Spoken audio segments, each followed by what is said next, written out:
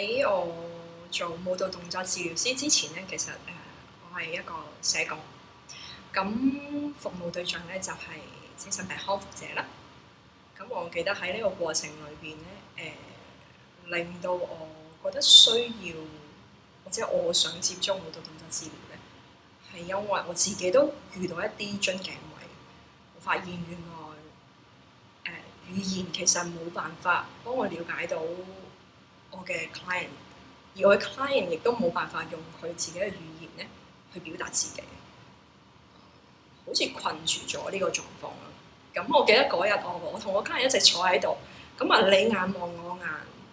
佢又唔知道可以講啲乜嘢，而我又唔知道可以點樣繼續個 session。咁喺嗰個位開始咧，我就覺得係時候可能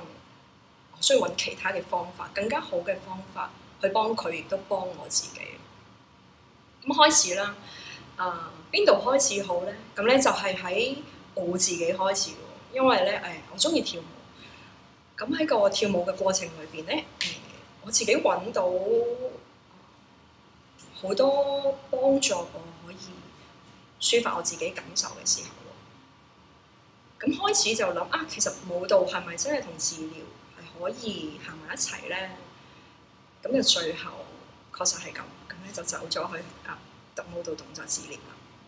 咁喺裏邊就學咗好重要一樣嘢啦，就係自我照顧。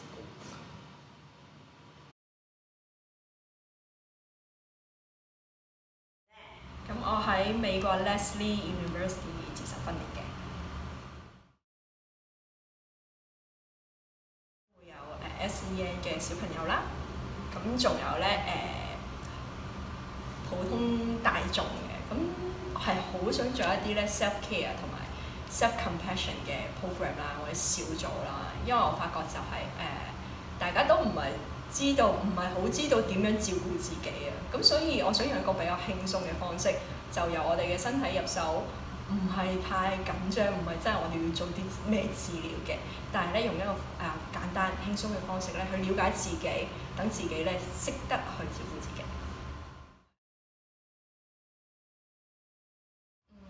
我諗最難忘嘅係其中一句啦，喺入行之前學校教嘅就係 use yourself as a as a tool。咁難忘係因為佢喺個過程裏邊，佢就同我哋講，由你自己入手，喺你幫人之前，請你咧去幫自己嘗試下，用我哋嘅身體了解自己。當我哋試過經驗過啦，咁我哋就會知道對方其實佢需要啲乜嘢。咁亦係另一方面，就係當我哋真係成為一個我哋嘅治療師，真係去同人相處嘅時候，唔好唔記得你嘅身體同你一齊，咁你嘅身體會幫助你去了解你嘅 client 啦。咁呢個喺個過程裏邊，我就發現其實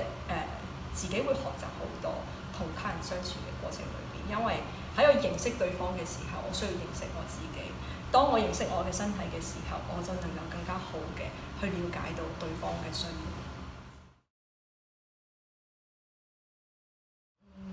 我諗令我最難忘嘅係其中有個小朋友啦，好細個嘅啫。咁佢本身醫生有懷疑啦，佢係咪自閉症？有啲行為上面。咁咧我記得我第一日見佢嘅時候咧，好多時候咧佢都係自己揼緊啲積木啦、車啦咁樣。咁佢好叻嘅，佢咧好細個，但係佢識講晒所有顏色呢啲係咩啊？咁但係同我之間咧就比較少有接觸同埋溝通咁樣啦。咁我記得嗰日第一日，咁我哋喺個操場上面喎，咁跑啦咁樣啦，咁佢行嚟行去跑嚟跑去啦。咁我哋幾時開始溝通咧？就係當佢跑嘅時候，跟住佢跑喎，咁跟住唱歌啦。咁佢突然間停低咗，望住我，跟住繼續跑，跟住我又唱歌咯，咁佢又停，就望住我。